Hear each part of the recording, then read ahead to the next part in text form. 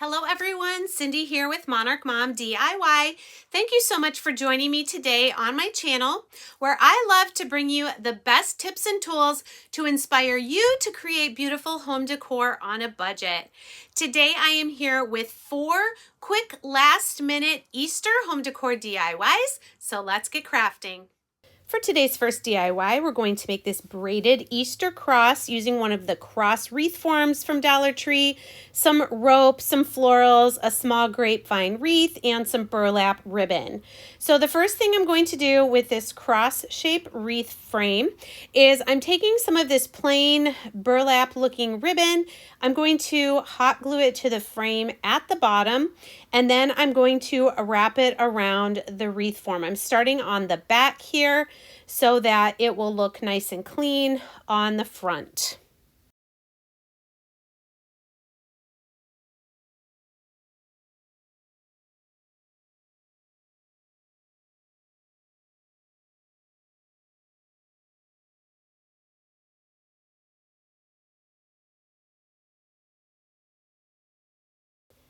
And you can see I'm just going to wrap it around the form, overlapping it about halfway each time I move up.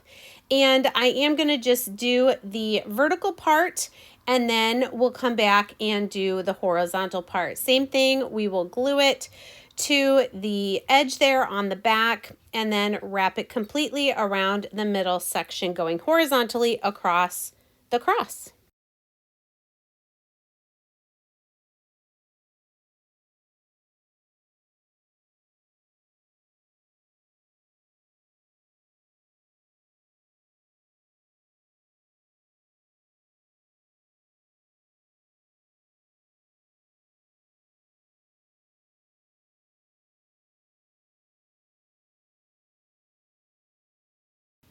Next, taking 3 strands of the nautical rope from Dollar Tree, I'm going to braid them.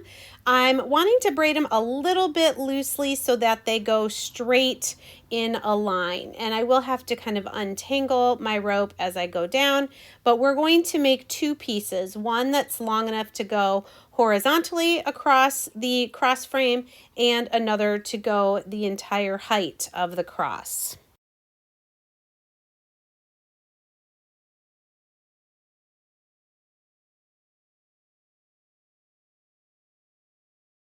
Then once I have my braid as long as I need to go across the horizontal piece, I'm just going to tack it down with a little bit of hot glue there in the middle, get it centered on the cross, and then I'm going to wrap it around to the back and hot glue it to the back. You can also see that I did put quite a bit of hot glue on the rope where I ended this piece of braid. I don't want my braid to become unraveled. Next, we'll do the same thing with a longer piece of braid, tacking it down there in the middle where it's crossing the other braid, overlapping it a little bit at the top and the bottom so we can wrap it around and glue it to the back.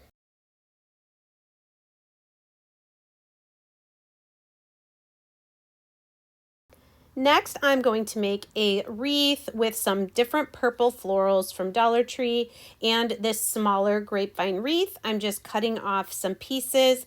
This piece is kind of this faux lavender, and I'm going to put these equally spaced around the wreath, and then I'm going to fill it in with those other purple wildflowers and some pieces of greenery.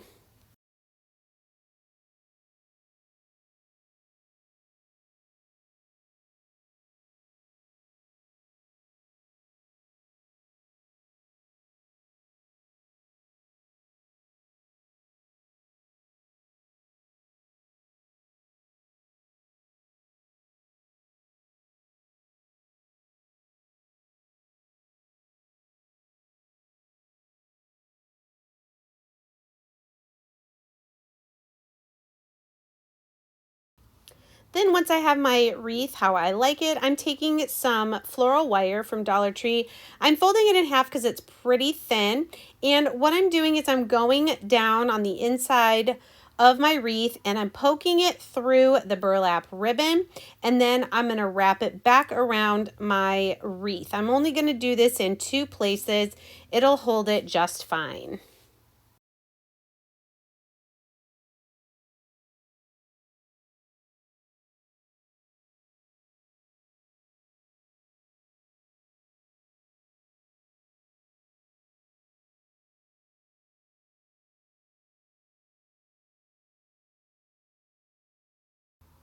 Here is our finished project, our braided Easter wreath. This is really quick and easy to put together and would look great on your front door or even added to a larger wreath. If you happen to be stopping by my channel for the first time today, welcome to you. I'm so glad that you found me. I really hope you consider sticking around by hitting that subscribe button. To all of my returning viewers and subscribers, thank you so much for coming back each and every week and for all of your wonderful comments and support. I hope everyone will just tap that bell. Just make sure your notifications are still set to all, so YouTube should let you know each time I go live on my channel or upload a new video. For DIY number 2, we're going to take one of these metal wall pockets I've been seeing again at Dollar Tree. We're just going to add a little bit of scrapbook paper, ribbon, and a stencil from Magnolia to make a really cute flower wall pocket. So I'm taking the metal wall pocket and I'm flipping it over on some really pretty floral scrapbook paper. I just want to trace where that front piece is, the semicircle that basically holds your flowers or whatever inside. So I'm tracing that on the back of my scrapbook paper, and then we're going to cut that out so we can Mod Podge it to the front of the metal pocket.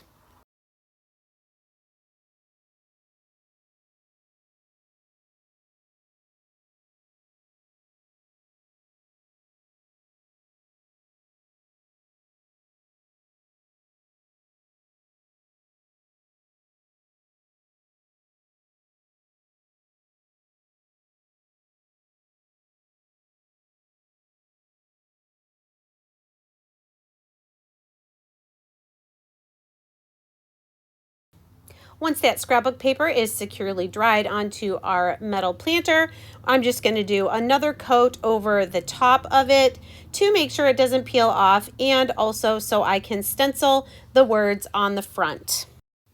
I decided I wanted to add a little bit more of the yellow color that's in the scrapbook paper. I'm going to take this, I believe it's 1.5 inch wide ribbon, and I'm just going to have it go around this side edge of the wall planter, and I'm using the line at the bottom to line it up, and then we'll go all the way around and secure it there again on the other side.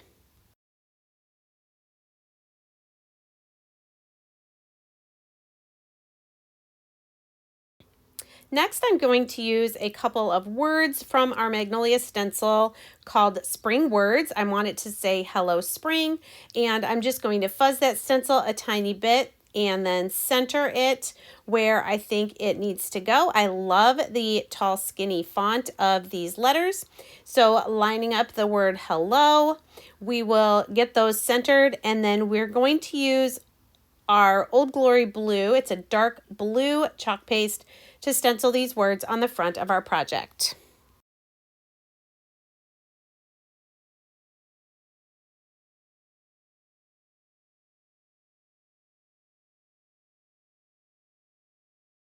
And now the exciting part, the peel and reveal, to see how nice and beautifully those words are stenciled now onto the front of our project.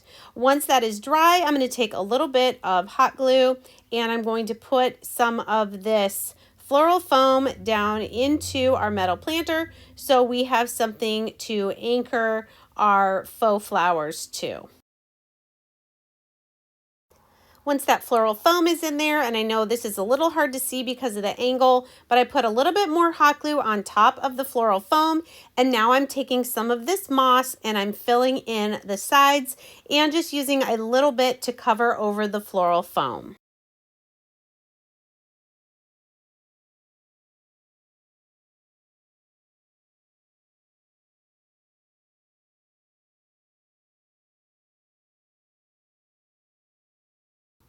Then for the last step, you're just going to cut off pieces of whatever florals you want to use, trim them down, and just distribute them inside the little planter until you like how it looks.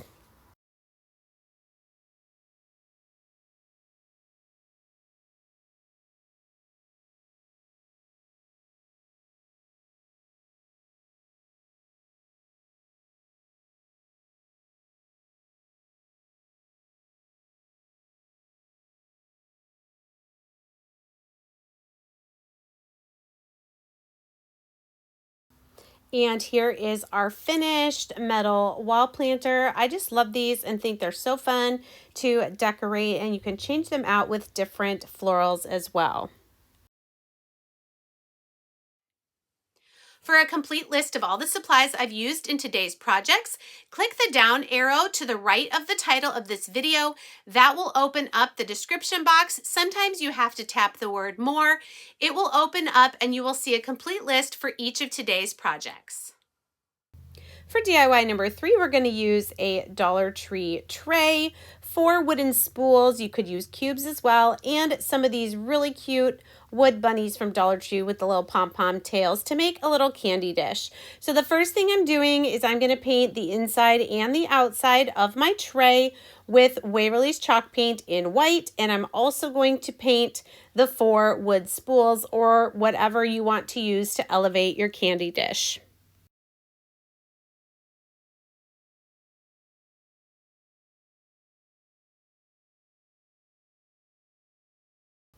Now the size of your tray will determine how many of these bunnies you want to use, but I'm going to go ahead and as close to the surface of the bunny as I can. I'm going to cut the little pom-pom tail off, and we're going to paint the back side of each of these bunnies. That way we can paint them without getting paint on the tail, and we can also paint a flat side. So get all the tails off, and then I'm choosing to paint my bunnies yellow, pink, and light blue, and I'm just going to go back and forth between those colors.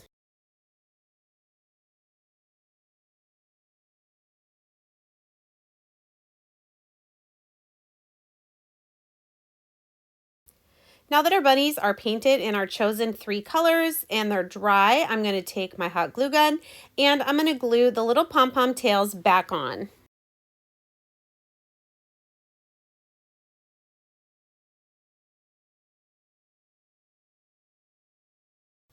Next, you're going to want to glue your legs or whatever you're using to elevate your candy tray onto the bottom of the tray. Like I said, I'm using these 4 spools that I had in my stash, but you could use the cubes, you could use tumbling tower blocks, whatever it is you want to use.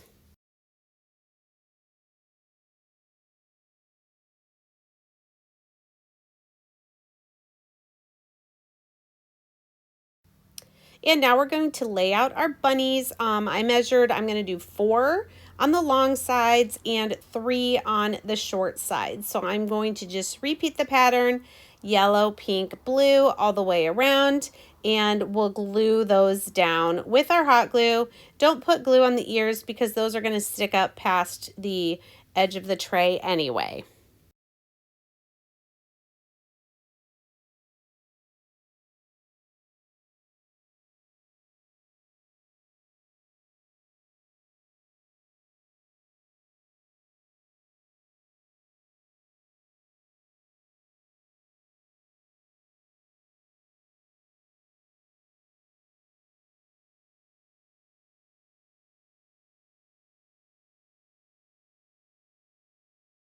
Once I have all the bunnies glued around and looking super cute, I'm going to take some Food Safe Mod Podge and I'm going to apply that to the inside of my tray, mostly on the bottom and up the sides. And then you can use this for whatever Easter candy you'd like to put out.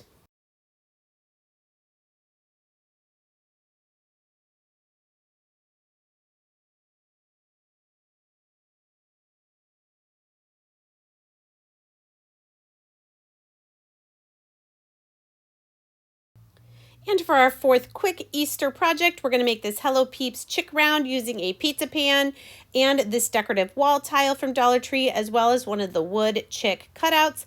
And I'm going to use this stencil from Magnolia. So the first thing I'm doing with my decorative wall tile is I'm painting it with Waverly chalk paint in the color Maize, because this is going to be going over our chick shape. Next, I'm going to use this pizza pan from Dollar Tree. I'm going to scuff it up a little bit with my little hand sander just so that the paint will stick to it a little bit better.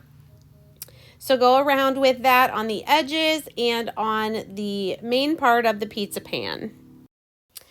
Next, of course, you can paint your pizza pan whichever color you'd like. I'm going to just give it a couple of really good coats of my white Waverly chalk paint, and then I am going to also Mod Podge over that just so that our chalk paint doesn't get scratched off.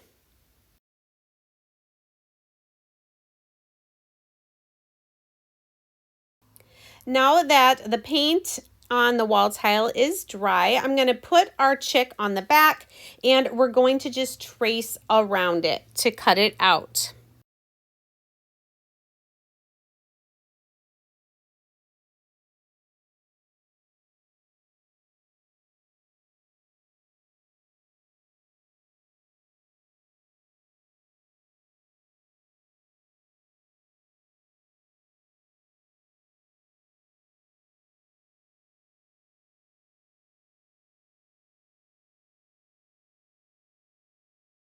Like I mentioned, we're going to do a layer of Mod Podge over the white paint on our pizza pan. We're also going to put it on our chick so that our yellow paint doesn't get scratched off the wall tile as well.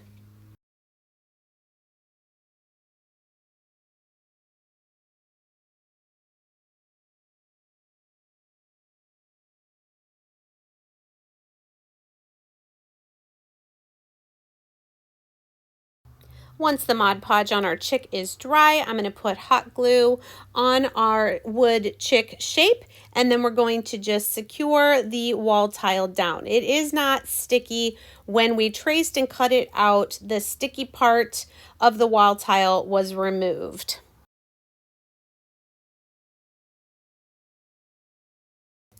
Next, to add a decorative edge to the pizza pan, I'm taking this teal blue rickrack.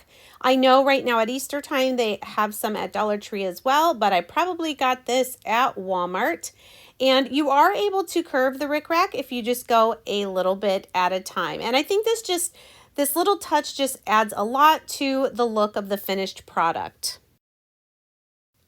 I decided I wanted to distress my chick a little bit, so I'm taking some of the ballet slipper pink chalk paint and I'm just going to brush this lightly over the yellow. It helps some of the raised parts of the wall tile to pop out. So we're going to do a little bit of this pink, and then I'm going to come in with some truffle as well to outline the shape of the chick and distress it even more. So I started outlining with the palette knife, but because of the bumpy texture of the wall tile, it wasn't quite working. So then I went to using my fingers so I could have a little bit more control of getting it on there a little bit darker. I was just going to outline the chick with the brown, but then I didn't like how it looked. So then I ended up dry brushing some of it on all over the chick instead.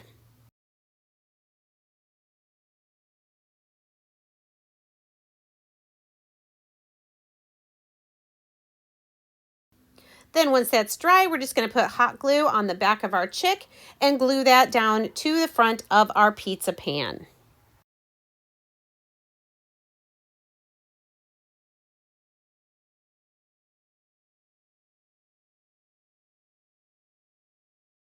Now when I flip this to the back, you can see that I am reusing a pizza pan from a previous craft, so just ignore that.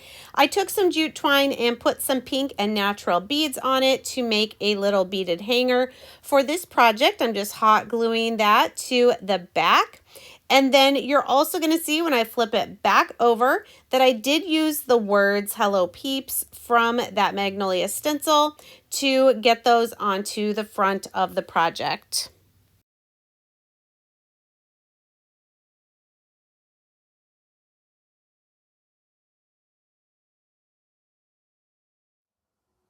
Thank you so much for joining me today. Please let me know in the comments which of these projects was your favorite, and we'll see you next time. Take care.